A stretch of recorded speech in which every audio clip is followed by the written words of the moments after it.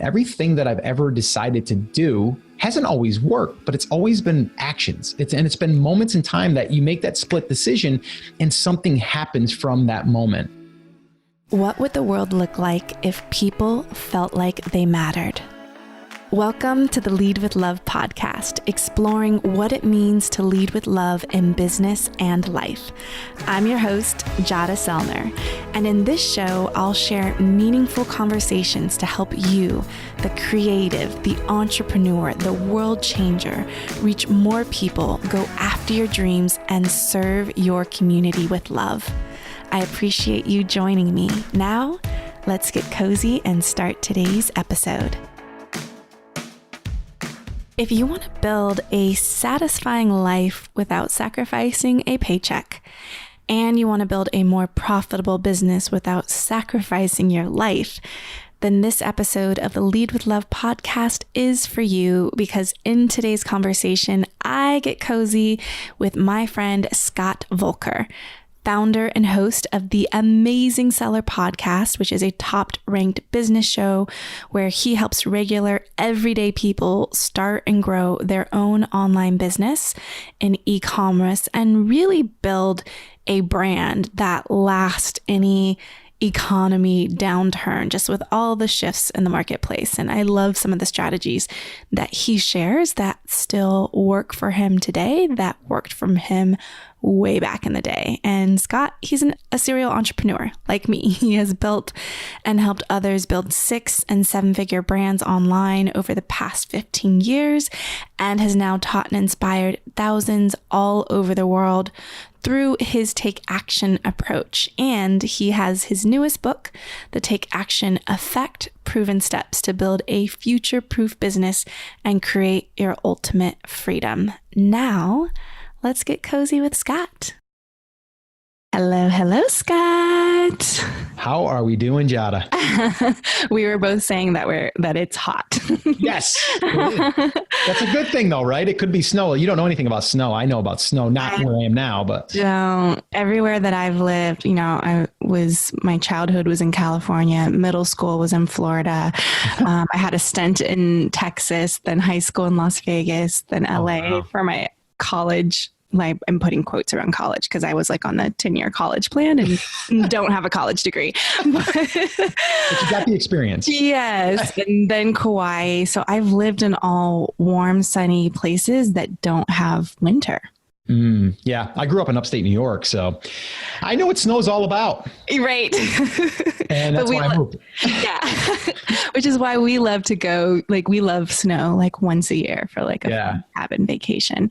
And I'd love to share just how, we first officially met in Pat Flynn's SPI Accelerator, Smart Passive Income. And both of you and I have a mutual story of just following Pat for so many years and just kind of being a virtual mentor to an in-person mentor and friend. And I remember we met in person in San Diego, where we had our oceanfront La Jolla mansion for our mastermind hot seats. And it just felt like the real world for entrepreneurs. It really did. Yeah. And so I just, getting to know you within the mastermind and just seeing the commonalities that we have and making several business pivots in our lifetime, from a brick and mortar business to photography to physical products on Amazon and to a best-selling podcast. I'm just so excited to dive into the many pivots and what you're up to. But before we go all the way in, I always love to just ask, what does leading with love mean to you? And how do you put love into practice in your business? Yeah, I think because, I have followed Pat for a long time, but even before Pat, it's always been for me, and I didn't think about it this way, but it's always been this for me, is I always want to do things for people that make them happy. Right. And I'm going all the way back to when I was in the construction business, right out of high school. I didn't go to college at all. I started working for my father's construction company full time when I was 20 years old, and had to grow up real quick. I got a lot of satisfaction from just working on people's homes, remodeling their kitchen and having them be so happy.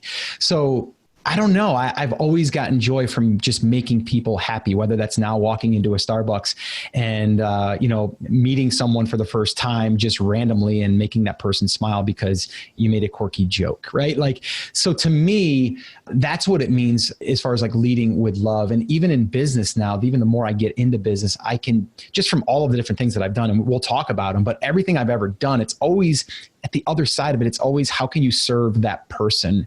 And yes, you're always thinking to yourself like money, like we all have to make money, but how can you make that person happy at the same time? Or how can you start there and then build something on the back end of that? And even in our photography business, it was the same exact thing.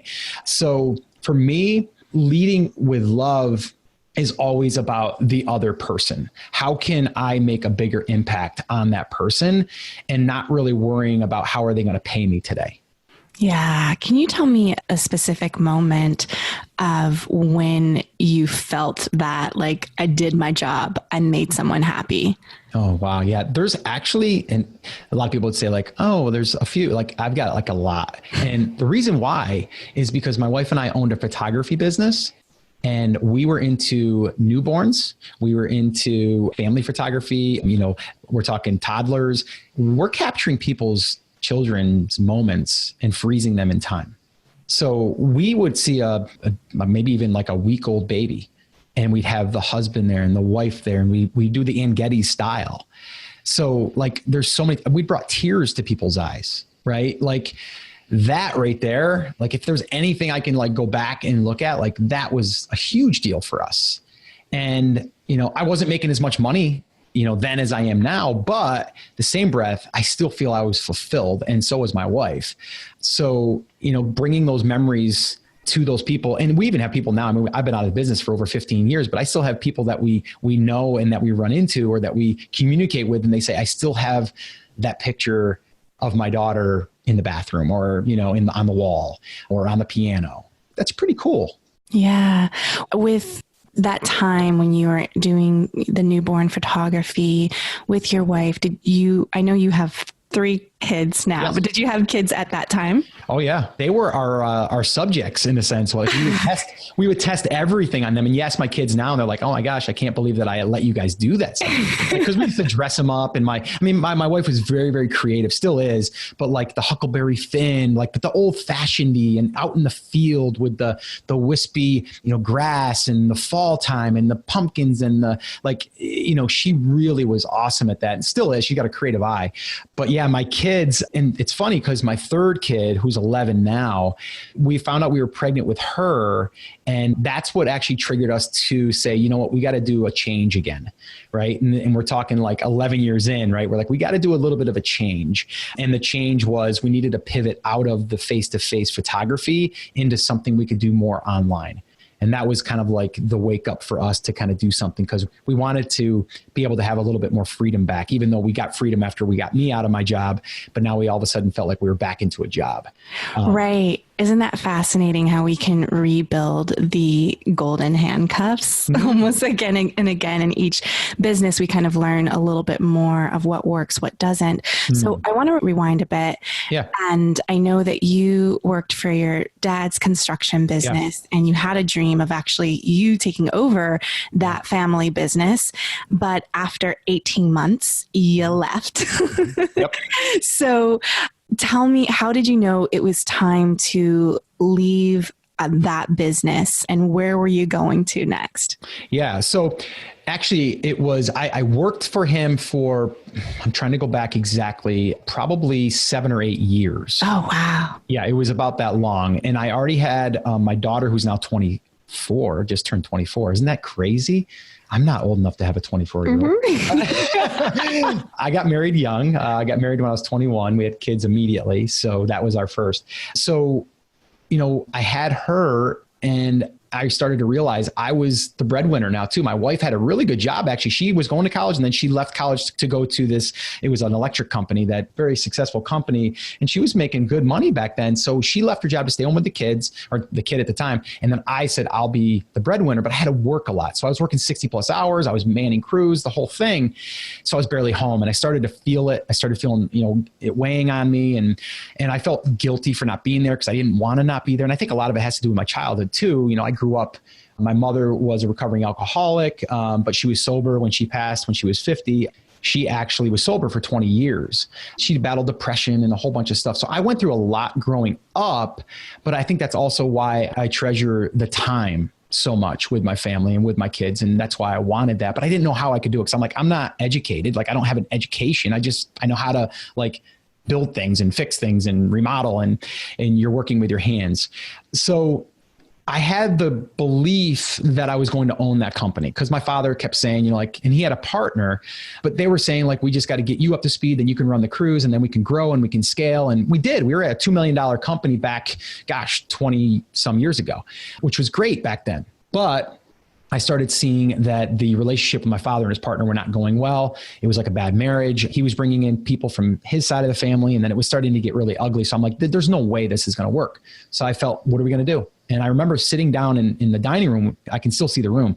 And I was in my work clothes and my wife, she's like, what's the matter? And I was telling her and I'm like, I just don't feel like I can do anything. Actually, I was looking at the Want Digest to try to find there was classifieds to try to see if I could do like a 7 to 3 job, just kind of like doing the landscaping or something. Right. And she's like, what are you doing? And I'm like, I'm trying to see if I can just get out of this. I just want something that I can just be home more.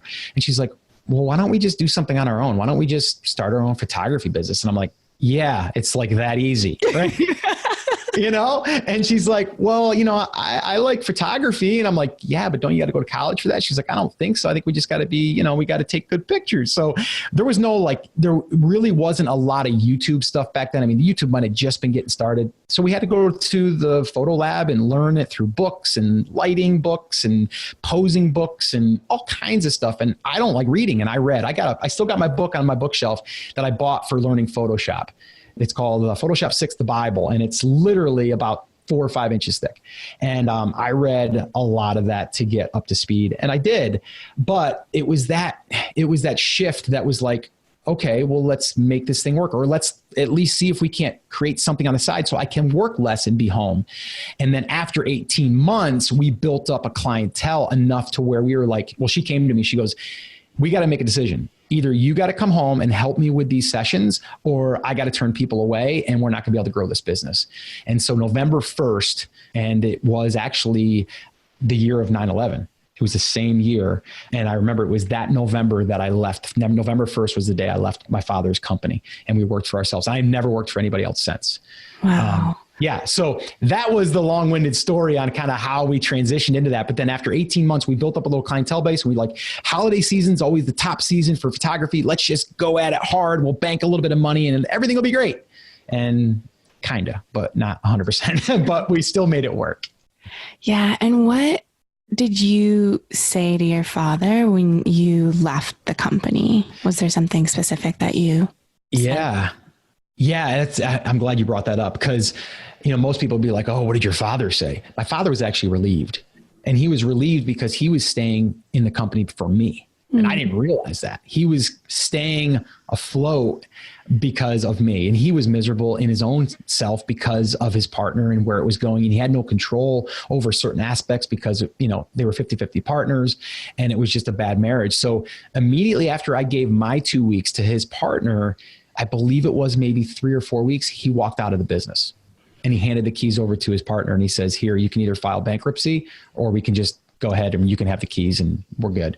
And that partner kept it open for about another 6 years and then they folded. Wow. Yeah.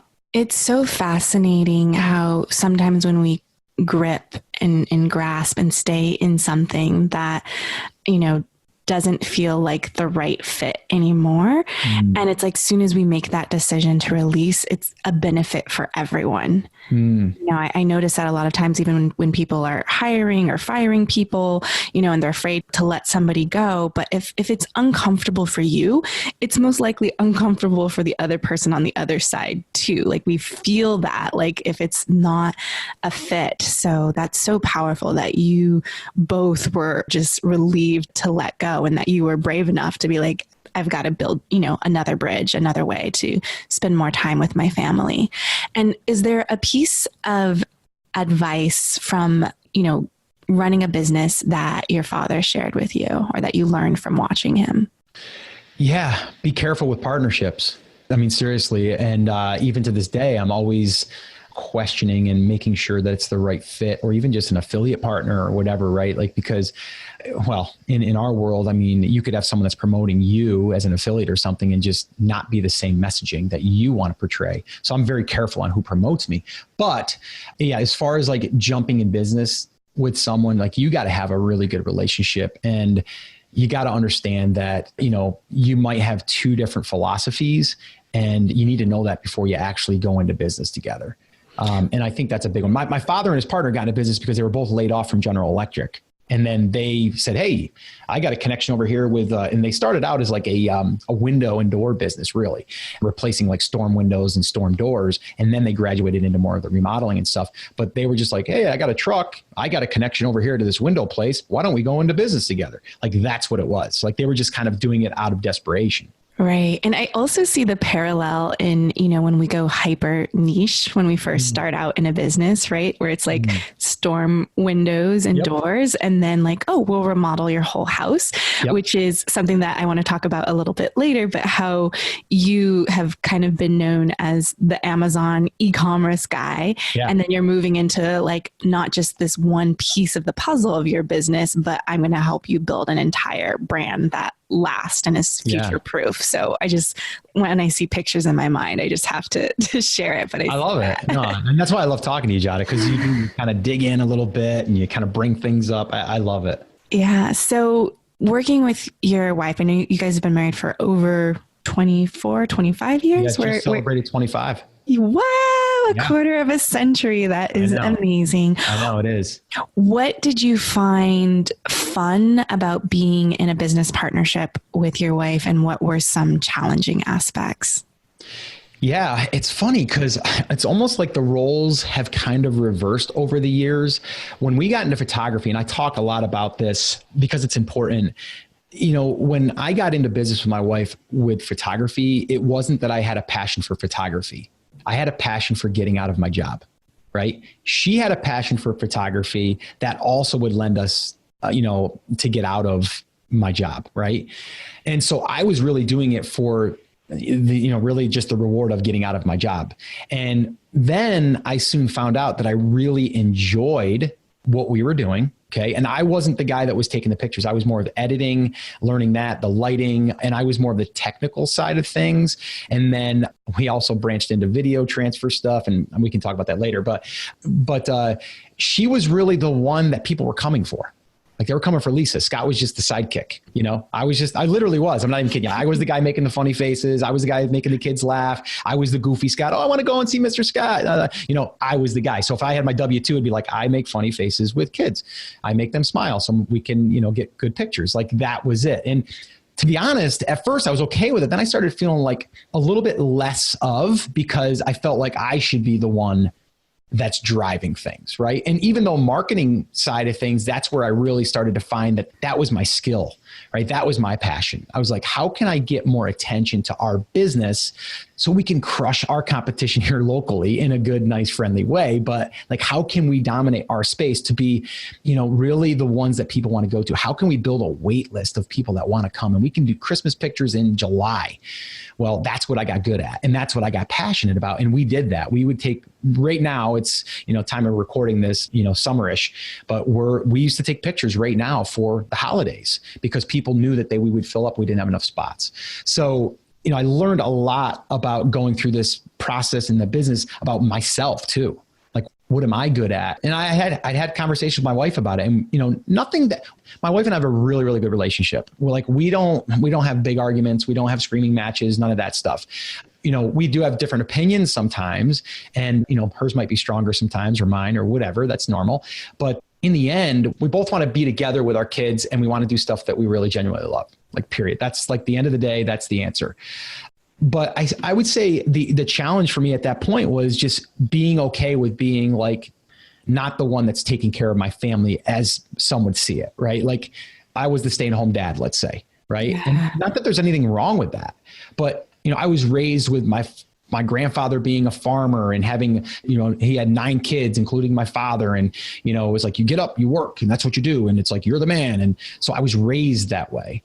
I've gotten better at that. I'm cool with like, hey, you go make more money. Good. Great. Yeah. So can you tell me, because I think this is a big thing where a lot of women have been taking, leadership in building their own entrepreneurial body of work and sometimes making more than the husband in one season or it, it shifts back and forth. And so when that was happening for you, what was going on in your mind during that time? Because I think it can give voice to a lot of men who have had this. And I know with my own husband, he thought like, I can just be stay at home dad, but he needed to build something too, but there's this, so I'm just curious what was going on in your mind during that time, kind of like the highlight as well as kind of some of those maybe more negative thoughts. Yeah. It was hard, it was hard. In the beginning, it was great. Like I still remember the very first day coming down the stairs and getting my first cup of coffee that I didn't have to leave that morning to go to work at 6:00 and be at the office by 6:30 and get the guys off to their job. Like I remember that day. I can still see myself walking downstairs. I can still see myself looking through the window and seeing our field. We had a 2-acre field out there and I can just see it. And I was just like, wow. This is amazing. Can we actually make this work? Because this is really awesome, but it's like anything, the newness kind of wears off. Yeah. You're like, okay, I'm the guy that's making funny faces. I'm the guy that's, that's, I guess, not the front person, right? Like when I was growing up, I was in a band. I was like lead guitarist, like that guy, right? What was the name of the band? Oh gosh, we had a couple. We had one that was Edgewise. And then we had another one. It was called, I think it was Manta, after like some medieval like fish or something. I don't know. That was my bassist made up that one. But nothing fancy. But yeah. So I had long hair. I had the whole thing. I thought I was going to be a rock star. And it's funny because I do like the attention in a sense, and I'll be first to admit it. I like being attention. My wife will say that she doesn't like the attention. She doesn't want to be the front person. Like if she can be in the background, she would like that better. Like she's never been on my podcast. I'm almost at 700 episodes. I still can't get her to get on my podcast and just record a conversation of her and I. We're going to make that happen. Yeah, she just didn't complete her public speaking. She just does not like being in front of people. So for her, though, it was okay because it was more intimate with the people and she was okay with that. So I was just dealing with at that time. And it wasn't probably for about maybe after the first 2 years. And then I'm just kind of like, is this it? Like, is this what I'm going to be doing? Like, I'm going to be just the goofy guy and the guy behind the scenes. And we had conversations about it. It was a little bit of a rough time, but I kept reminding myself that we were able to take our kids to school every morning together. We were able to pick them up from school every day because we could build our own schedules and all of that. So it wasn't easy, but we got through it. And I think the way that we got through it is I started to find, like you said, something that I could build, something that I could get excited about. And that's kind of where I started getting into the online world. Yeah. So tell me, what was that first little breadcrumb for you to shift from in-person service-based photography business into the online world? Yeah. Well, again, my daughter, who's now 11, we just found out that she was on her way, and we're like, oh boy, like, okay. Cause actually, and I should probably clear that story up. My kids are spaced a little bit further apart than most. My 24-year-old, I have a 21-year-old son, 24-year-old daughter, and then 11-year-old. So after a little while, my wife sits me down after a Little League game and she says, hey, I'm glad you're sitting down. I'm just to let you know we're having another kid. And I'm like, that's good, right? And she's like, yeah. And I'm like, awesome. Like, and that was it. Like, we were great. And yeah, she's like the best thing since sliced bread, really. She's just awesome. Yeah. And Kayla's she's going to turn 12 here in December. So yeah. So the big thing for me was I started to really get excited about marketing. So I started to do a little bit of research for just building our local business, like how to get more, people in the door. And then I started hearing about email marketing. And then as you're doing, you're searching, you're starting to stumble on online businesses or Kindle. Not back then it was Kindle, it was ebooks or whatever. Right. And so I started my wheels started to spin a little bit and I'm like, I wonder if any of this stuff would make sense for us. So I started hearing about people selling stuff on eBay. So we went ahead and try to dabble in that a little bit. And we found these wooden bridges, these little cedar bridges that go into a garden. We found them at the Christmas tree shop. I don't know if you've ever heard of the Christmas tree shop. It's like a big store, East Coast generally, but they sell a whole bunch of just a variety of different things, not just Christmas stuff. And my wife found these bridges and she's like, I was looking for one of these for a photography prop to have in our studio. And I was looking for one. They were on eBay. They were selling for like $130. They're selling here for like $25. I'm like, let's back up the minivan. Let's go. Right? And so literally we took one home, we listed it, and within an hour we had bids and we sold it for like $130. So I was like, holy crap, this is what they're talking about Island Business, man. We're rich. This is awesome. We're going to sell bridges. Right. Yeah. We were pumped and it was great. And so we sent our kids to a private school. Our schools in our area weren't the best. So we wanted to send them to private school and it's pretty expensive. So we were trying to find a way that we could offset the cost with selling some stuff on eBay. Yeah, we sold a lot of bridges. We paid for probably a year's worth of tuition through selling bridges, but that got my wheels spinning. That now it was proven to me that it can work. So we started we were always creating like these digital cards for Christmas for people, like customized. And no one wants the same card. They're like, can you build me one? I'm like, yeah, $75, I'll build you one. So I'd build one in Photoshop and I'd make them this custom template just for them. But then I could sell those as templates on eBay. And I'm like, maybe people in other photography businesses would want to buy them. So I put them on a CD, listed them, and I was selling them for like $20-$25 a piece. And I was selling like 5 or 6 a day. And I'm like, wow, this is pretty awesome. These are digital items and stuff. I'm wondering if I could actually sell these just not even on disc, just sell them on my own website. So that's where I started to get into like how to go out there and get attention and get traffic and all that stuff. And I shot a video on YouTube of me telling my story just like I am now, but it was a little different back then because I only had the construction story to photography. And I was telling people about how I went from working 60 hours a week to building our own photography business with my wife and myself without any formal education and how we built it. And if you guys think that you would be interested in learning how we did it, just subscribe to the channel. If I get 100 subscribers, I'll go ahead and I'll keep sharing stuff. And I got 100 subscribers in like 30 days. And that's how I built my first little list. And then we built an email list of like 1,000 people through Aweber. Then I found Jeff Voelker, and then my life did literally change after I went through my first product launch, which we can talk about. Yeah. So tell me about that first product launch. And I just love all of these like little bridges that you've been climbing over to move the needle forward, because I think that entrepreneurship is fluid and it's a bit of a roller coaster as well. And so just seeing all of those openings. And one thing that I would like to know is, based on, because I know your thing and what you love to really focus on, it's like, how do we get that attention? How do we get people to come through the doors? Is there something that you learned back in the day that still works today? Yeah, there is. It's so funny too, because like you said, I'm known now as like, not as much, but it's weakening a little bit, which is good, but it's lessening, is like the Amazon guy, right? That's never been me. If you go back and look at my track record, like in the photography space, you could say that Scott was known for the photography side of things. It's just, that's where I got more of the spotlight, which I'm totally cool with.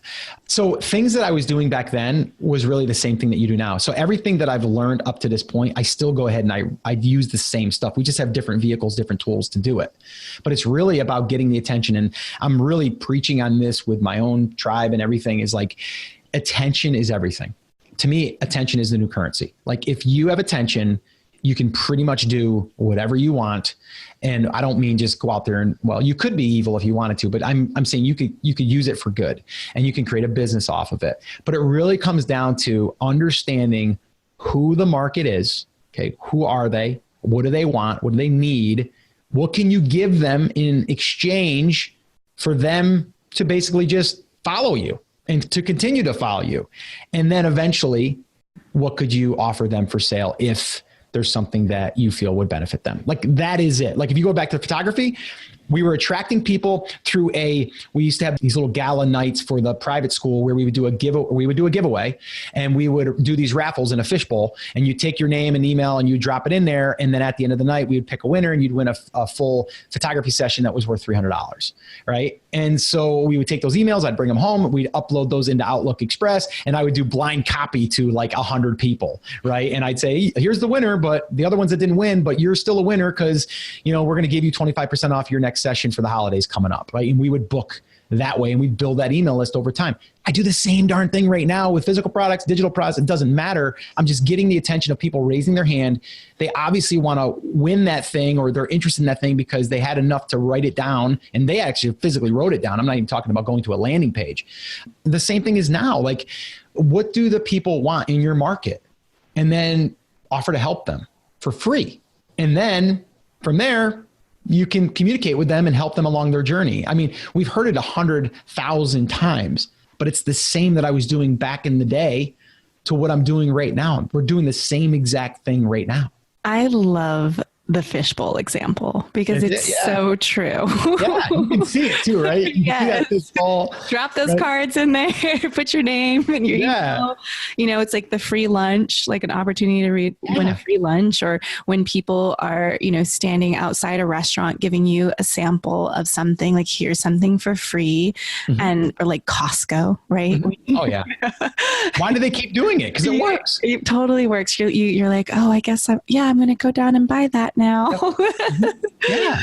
You give them a little taste. So give me an example, the same way that you gave me the fishbowl example of how you have done that with a digital product or a physical product. Yeah. Yeah. So let me go into the first product launch that we ever did that I believe did change my life forever, because it just made me, I was blown away. Because even at that point, I had some success selling stuff online, but not to the magnitude of this first launch that was fully digital. I take that back. It was part digital, part physical, because I actually included like 10 CDs for like part of the course. But what I did was, over 6 months, I went out there and I asked people what they needed help with for photography, for starting their own photography business, or taking their existing business to the next level, with marketing, with templates, with digital assets that they could then use in Photoshop, like in different overlays and different actions and all of that stuff. So that's what I was doing, right? So I'm doing this whole thing for 6 months, not making a penny, and building my little email lists of, at the time that I launched, I had 1,000 people on my email list. That was it, right? And so as I'm doing this, I'd get people that would say, hey, what about this? I'm not sure about this. So I would then build that in, and I'd start, adding more content and more resources to help them. And then I said, okay, I'm hearing about this Jeff Walker guy. I bought his course, which at the time was $2,000, which is a lot of money back in the day. It still is. But I mean, back then it's like a lot of money. I was like, holy crap, what am I doing? My wife's like, my wife was actually a supporter of it. She's like, you know what? Anytime you've ever done like something that you put your mind to or something, it's always works out. Like, I'm like, okay. So I did it, and I followed it pretty much to a T. I mean, with our own spin on it. But the idea was deliver value, like let them know that something's coming. Right? Hey guys, I know that, you guys have been, following along and learning your photography through, all of these different lessons that I've been giving you guys. And I've also had people that have reached out that wanted to know if I do any one-on-one coaching or anything like that. And that is legit. People ask me that all the time, and they did it in that industry and in the industry I'm in now. And so I'm like, so what I decided to do is possibly create a home study course. I'm not 100% sure if I'm going to do it, but if I was, what do you think? Send a reply back, let me know. And then they would send a reply back, and I'd get like 50 to 75 yeses. And I'm like, if those people did, there's other people that would, but they just haven't done it. We have all heard it. If one person says that you're doing bad, then there's probably 9 others. Well, the same thing when someone says that you're doing something good, there's probably 9 others that are saying that you did something good. So I'm like, okay, I think we're onto something. So then I built, and one thing I did there that I wouldn't do now is I built out the course ahead of time. And I would never do that again. But I did it and it worked out. But I've also done it before after that, and it didn't work out. We could talk about that too. But so I went ahead and I built this training, and it was a training that really documented what my wife and I had done from start to finish. And then also how people could take this was the twist. we designed like my wife had found all of these really nice props, like wash tubs and just these different backdrops that we'd have hand painted that were canvas they cost us a couple grand. I'm like, if I could digitize these and then show people how to take the image on a white background or a green background, extract it, and then place the subject in this and make it look realistic, this will be a home run. And that's what I was doing. And so that was part of our training. So everyone was excited. I built up this anticipation and I said, okay, on this day, it's going to go live. We're going to only, I think at the time we said we were only going to take 75 people because obviously I've never done this and I want to make sure I can support everybody. And so we set this thing up. It was going to go live at like 3:00 in the afternoon. Now, one thing I messed up on is I didn't realize that Thursday afternoon at 3:00, I was the bowling guy at school. I'm the bowling guy. Like I'm there with the kids and I'm like helping like the principal. That's my day. And I said to my wife, I go, what do you got to do here? Like, I can't be here to turn this thing on and off. And she's like, well, you just have to tell me what to do. I don't know what to do. And back then it wasn't like it is now. You set timers and stuff. It was like, you got to go into this HTML file. And at the end, you got to change this to an A to a B, and then it'll turn it over and it'll be live. And she's like, oh my gosh, I'm going to screw it up. And I'm like, no, you're not. It's going to be fine. So I had my little flip phone. It's totally dating ourselves. Right? And so I'm in the bowling alley and the phone rings at like 3:01. She's like, Scott, you're never going to believe this. And I'm like, what? She's like, there's like $4,000 in our PayPal account. I'm like, come on. She goes, hold on. She refreshes it. She goes, there's like another 1,000 in there now. People were buying. They were just buying. And that I'd never experienced anything like that. After 3 days, we closed it down. We did sell our 75. I forget what we did. We did over 12 grand in like 3 days. And we used to work a full fourth quarter in photography. And our goal was to have 10 grand in the bank to live on for the next 2 months after fourth quarter. Well, we had just did that in 3 days. And I was just like, my wife and I were just like, wow. But then the question comes, can I repeat this? Yes.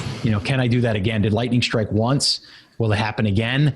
And so then we did it again and yeah, it worked again. And so we just built off of that and we built that business. And it's actually, I still have people that are paying me in a membership that I run inside of there, which we're going to actually be doing some retooling in that, but that's over 8 years old now. Wow. So yeah. And that's been kind of, actually it's more than that. It's 10 if you go back from the beginning, 10 or 11, but the membership site that I started is over 7 years old now.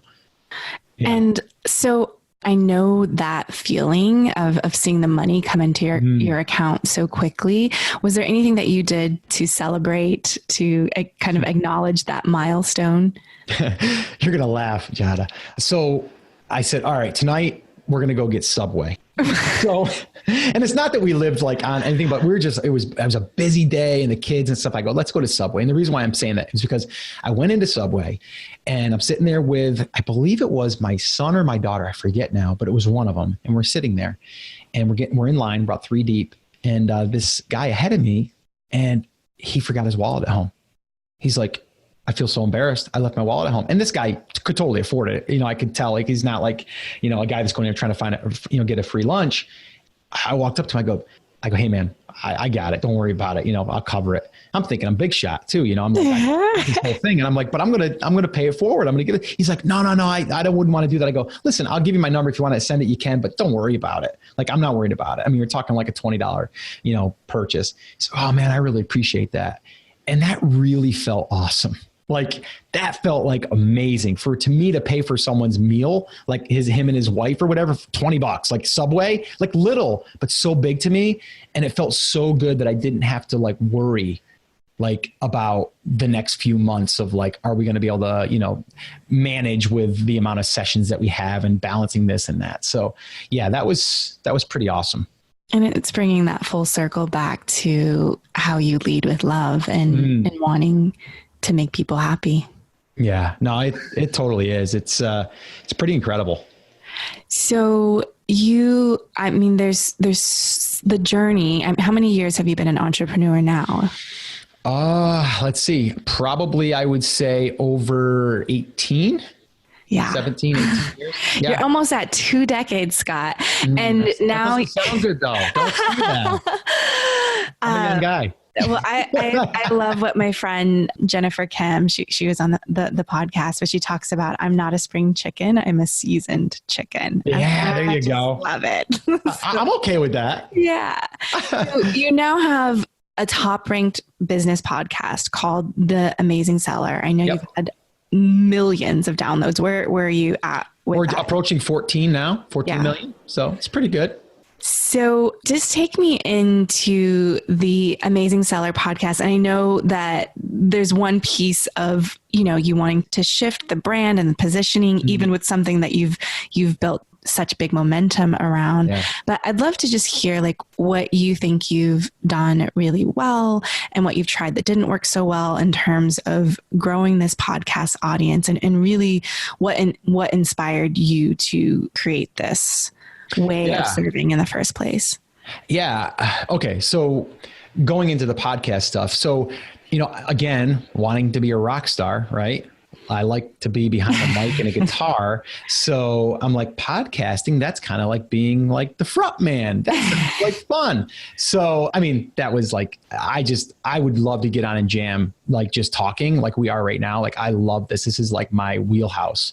I get so much satisfaction from it because I know that we're going to reach thousands of people and potentially change their life. So that's really awesome. So as I'm building the photography thing, again, I start getting that little bit of an itch. I'm like, oh man, like there's probably something else that I should be doing because I need to get my message out there that if Scott Voelker, the kid that barely passed high school, which by the way, I was a C at best student, like some classes like gym, I'd get an A, but that's about it. I'd get maybe a B, I'd be excited, but C's, even sometimes D's. And I struggled in school. I can't really retain things that well. I can read. And then when I read, I don't retain. So and especially stuff I'm not interested in. So I really struggled. So for me to be able to get to where I am, I need to get that out to the world. Like, listen, if I can do it, you can do it. Like, there's no way that you shouldn't be able to do it. Everybody's like, yeah, but you've got a superpower. And I'm like, no, the only superpower I have is that I do something that I tell everyone to do themselves. And that's take action. Like, you have to do something and you got to believe in it and you got to just keep going when the going gets tough. But to the podcast, I actually tried 2 other podcasts before this one.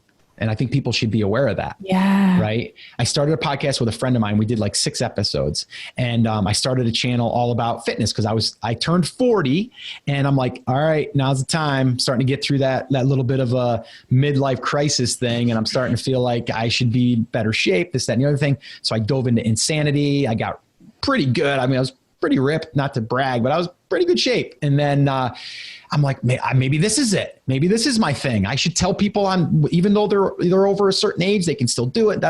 So we did a podcast for like 6 episodes and then it just we just didn't get interested in it anymore. So we're just like, okay, cool, whatever. But I learned how to set up a podcast. I learned how to create a Libsyn feed. I learned how to, get on the mic, set up the connection. So a lot of people look at that as a failure. I look at it as something that taught me for where I was going next.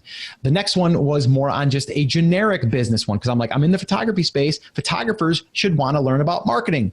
Photographers really don't like to learn about marketing. I'm just here to tell you, I've created a training talking about trainings that didn't do so well. I created a training that taught marketing to photographers. Didn't do good. Not at all. It was like crickets. So I tried my hand at more of a general business marketing podcast. I think we did like maybe 10 episodes. And then I was just like, I'm not getting any traction. I don't feel it's going to go anywhere. It's too generic. Everyone else is doing the same thing, and just let it go. And then I started to dabble in Amazon because I started hearing about Amazon FBA. And again, as an entrepreneur, you're always listening to opportunities and you're trying to tune them out. But this one here was kind of interesting to me because it was kind of like a digital product that wasn't a digital product. And what I mean is when you are able to sell something on Amazon using their fulfillment center, they will ship everything for you. So you just ship the product in, you make a sale, they pick and pack it, they ship it, you get paid. Like, it's that simple. And I'm like, okay, I can get behind this. So I said to my wife, I want to try this thing. We've sold physical products on eBay. We've done pretty well there, but this is different. This would be awesome because we don't have to ship anything. So I said, I'm just going to go ahead and try it. So we spent $5,000 on our first venture, and we ended up turning that into, I think it was like 40 or 50 grand in revenue, not profit, over the course of, I think it was 90 days. And so I was like, holy crap, this has got me excited. So then as I got more excited about it, I said, maybe I should just share with people what I'm doing. So I went on Facebook groups and I was just being a volunteer in a sense. I was just helping people. People were asking me questions. I was new, they were new, but I was a little further along. And then I asked a question in there. I go, hey, thinking about starting a podcast. If I did, would anybody want to hear it? Would anybody want to listen? And about 100 people said, yeah. And I'm like, okay, cool. I'm going to do it. So I did it, decided to create the podcast, just documenting my story, what I was doing. And I think the first day we had 500 downloads, and then the next day we had 750, and then the next day we had 1,000, and it just kept climbing. And then it got some momentum. The thing that I nailed though, and this is something that, some people could say it's lucky, whatever, I hit it at the right time. Right. And I niched it down. It wasn't just a business general podcast. I niched it down to something specific that was starting to become hot in a sense. But I look at it as, well, no, I had shown up so many different times that I found this opportunity because I took action and I went out and I built a side business and I wanted to share about it. And now that I did that, I was able to start this thing and I timed it right. Yeah. And I love that you shared about being like a volunteer inside Facebook groups, because I think that the common theme is this consistency of adding free value, right? Like when you said before you did your official launch that you were giving value for 6 months to kind of build that email list, build the attention and the trust. And I also like the other common theme that I keep seeing over and over again is the take action.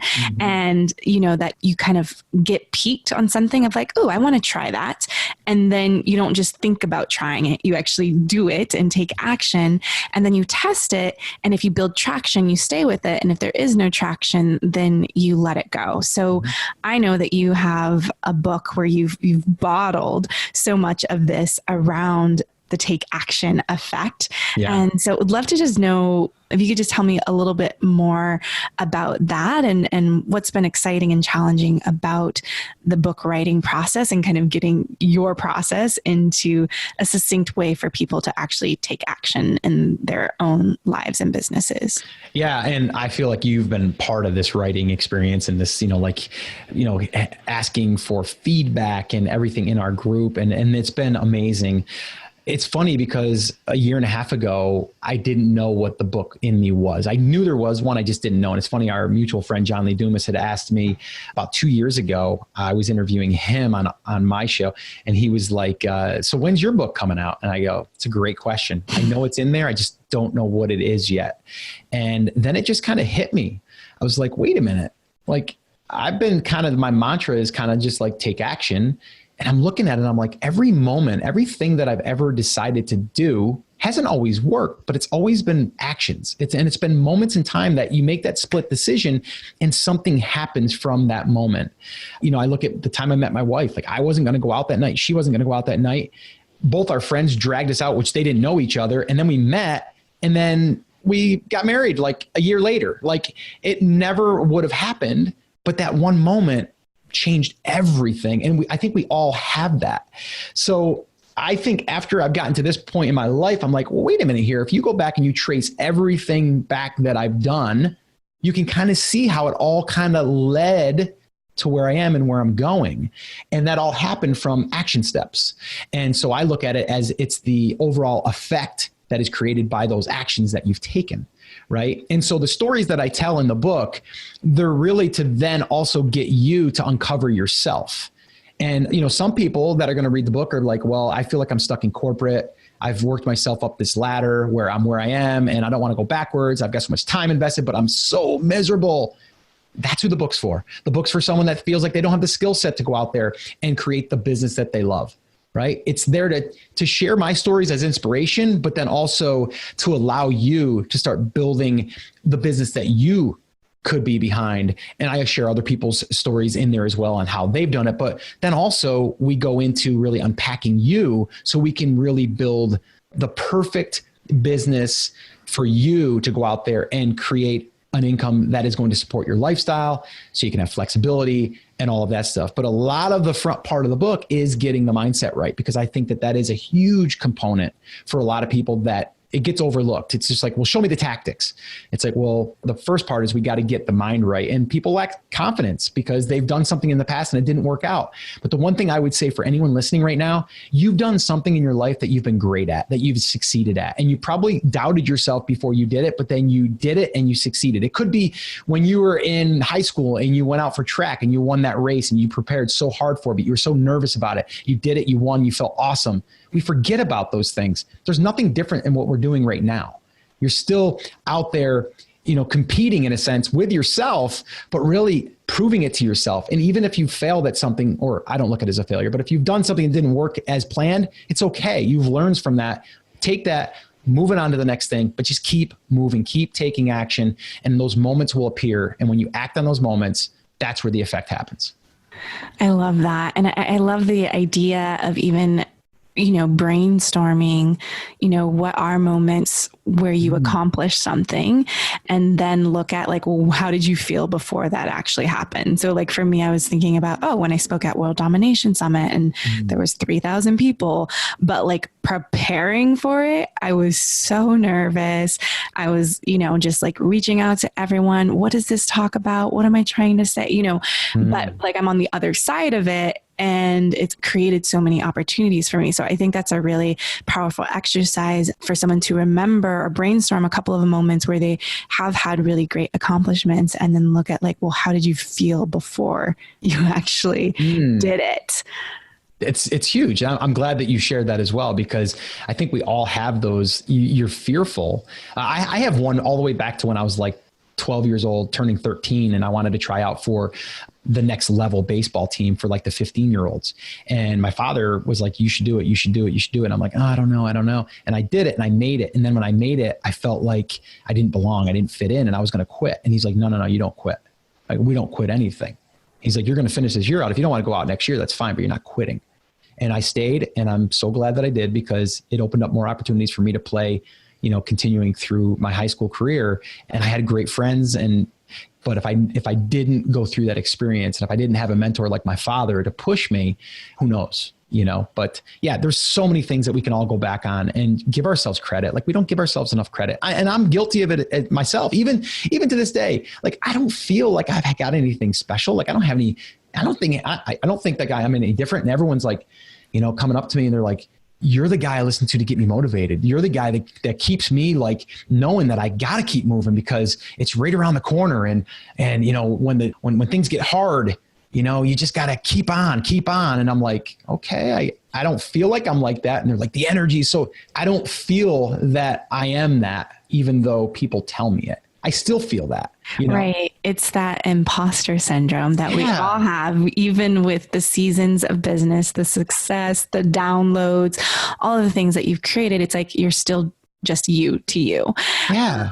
And I think that's a part of why it's so helpful to have masterminds, to have mentors, to go to live events and being around other people to really have that support system. I love what my friend Clay Hebert says, like, you can't read the label from inside the jar. That's so we need that outside perspective to remind us of what we're great at. And I just want to acknowledge what I've noticed in listening, because you said you can't retain things when you read, but I just see this voracious drive for learning when it's something that you're actually excited about learning. And I think that's what the school system is kind of dimming that light in how we learn, because it's like, of course we don't want to retain things that we're not interested in, but allow an adult to dive into something that really engages them and inspires them to take action.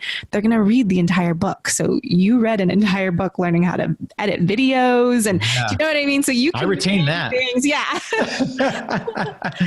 Motivation so true. And drive is there. So I just from a non-college educated person over here as well, like I understand, that love of learning from a place of passion and curiosity and wanting to try something new, not just based on something that you have to learn. And I think I learn also, I'm a visual learner. So I like to learn by watching. Like me, this is something I didn't even mention. A lot of people, they say, well, I don't have time. I work 8-9 hours a day. I got a family. I don't have time, but I want out. Right. Well, here's what I say. I was 23 or 24 and I wanted to build my own house. So I built my own house in 11 months on the side after I got home from work because I wanted a house that I could raise my kids in that I said I built, and I did it. Right. So when people say they don't have time, I built my online photography side of the business late at night while the kids were to bed and got up early and felt really tired for 6 months. But I did it because I wanted it. Yeah. Right? And you got to know that why. Yeah. And that's what I hear. Like, yeah, not, it's not that you don't have time. It's that you haven't connected to the purpose. Yeah. And I, when I talk about love over metrics, it's really adding, meaning to the metrics. Okay. It's like you want a 7-figure, 8-figure business. Why? What does that money afford you to do? What kind of impact does that create if you are making that type of revenue and the impact for your family, for your team, for your community? So I just love that. Like, if there is a purpose, that is what will drive you to take action, to actually move the needle forward, and not everything is going, to be perfect. There's going to be failures and resistance and imposter syndrome and all of those things. So I just really appreciate you sharing those pieces. Is there anything else that you want to share that you'd love to share before we wrap up? Yeah. One last thing. And I think it's really important for people to think about as they're moving their business forward or starting their business for the first time. Don't try to figure everything out first before you start, because I get so many people that they try to figure out how to edit the video before they've ever even thought about what they're going to talk on video. And then they haven't even shot the video. Right. Like, so, and that's just one example, right? Like, I'm not going to think about how I'm going to put the shingles on the roof if I haven't poured the foundation. Right. So you have to understand it step by step. Our good friend Pat Flynn talks about just-in-time learning. I'm a huge fan of that, because you don't have to learn about Facebook ads right now if you don't have a product to sell. Right. Like, so why are you worrying about that? Like, and so many people, I think, do that because then they can push it off. Well, when I learn all that, I'll do it. And I think that's just you stalling because you don't want to fail yourself. You don't want to be a failure to yourself or other people around you. My advice to you is just get started, or take that next action that is going to help you get to where you want to go. Awesome. And I know it'd be great for people to learn more about your book, also the Amazing Seller podcast, but where can they go to find that? Yeah, the book is at takeactioneffect.com. So you can go there and check it out. And I would love to hear from anyone that does go through it. I'm going to have a little thing in there, #TakeActionMoment. So you can share your moment with the world of us action takers. And then theamazingseller.com. That's my home base for the podcast. And all the episodes are generally posted there with show notes and transcripts and any other thing that I'm up to on that page. But iTunes, Stitcher, any of the major podcasting apps will have the podcast there. So yeah, that's how you get in touch with me. And I would love to hear from people. So definitely reach out to me, whether it's on Instagram or Facebook or even just email. So yeah, I would love to hear from everyone. Oh, I love it. And just as a little wrap up, what is the vision that you're moving towards next? Yeah. So one of the biggest things that I'm most excited about is getting this book, really, this message out to the world. So moving forward, I'm still helping people build their businesses and their brands. And that's really what I've shifted and pivoted towards, is helping people build their brands, not just their Amazon business. We're really going out there and helping them do exactly what I've been doing for the past 15 years. And that's getting attention, building know, like, and trust. So then you can sell your products, or you can engage with more people or help more people. But, selling things is, the other benefit that comes along with building a raving fan base. So that's what I'm going to be focusing on. But as far as like the book, that is something that I am going to be really working on over the next 2 to 3 years, and getting on more stages of not just e-commerce people, but people that are out there that need to hear this, that need to have, the advice from someone that's been there, that's done that isn't a guru out there trying to, sell you the next shiny object, and really just getting my story out there so I can help and inspire other people to take action and reap the benefits of the effects that happen from taking those actions. So that's what it would look like for me. So I'm super excited about getting this book out there in as many people's hands as possible.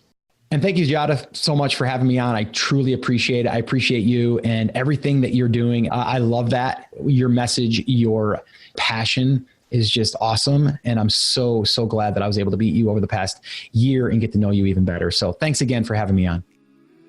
Thank you so much for your heart and attention and listening to Lead with Love. You can always get the links and resources mentioned in each episode over at leadwithlovepodcast.com so that you can build a sustainable business and live a creative life on your terms. If this message, Leading with Love, resonates with you and you want to take a stand for remembering that there are humans with beating hearts behind the numbers, I would love for you to subscribe so you never miss an episode and leave an honest review. It would mean the world to me, and it also helps more people spread more love in the world, which we really need. I also love hearing from you. So as you're listening, take a screenshot, share your favorite takeaway, and tag me on Instagram and Facebook at Jada Selner. I really appreciate you, and I'll talk to you soon. Bye.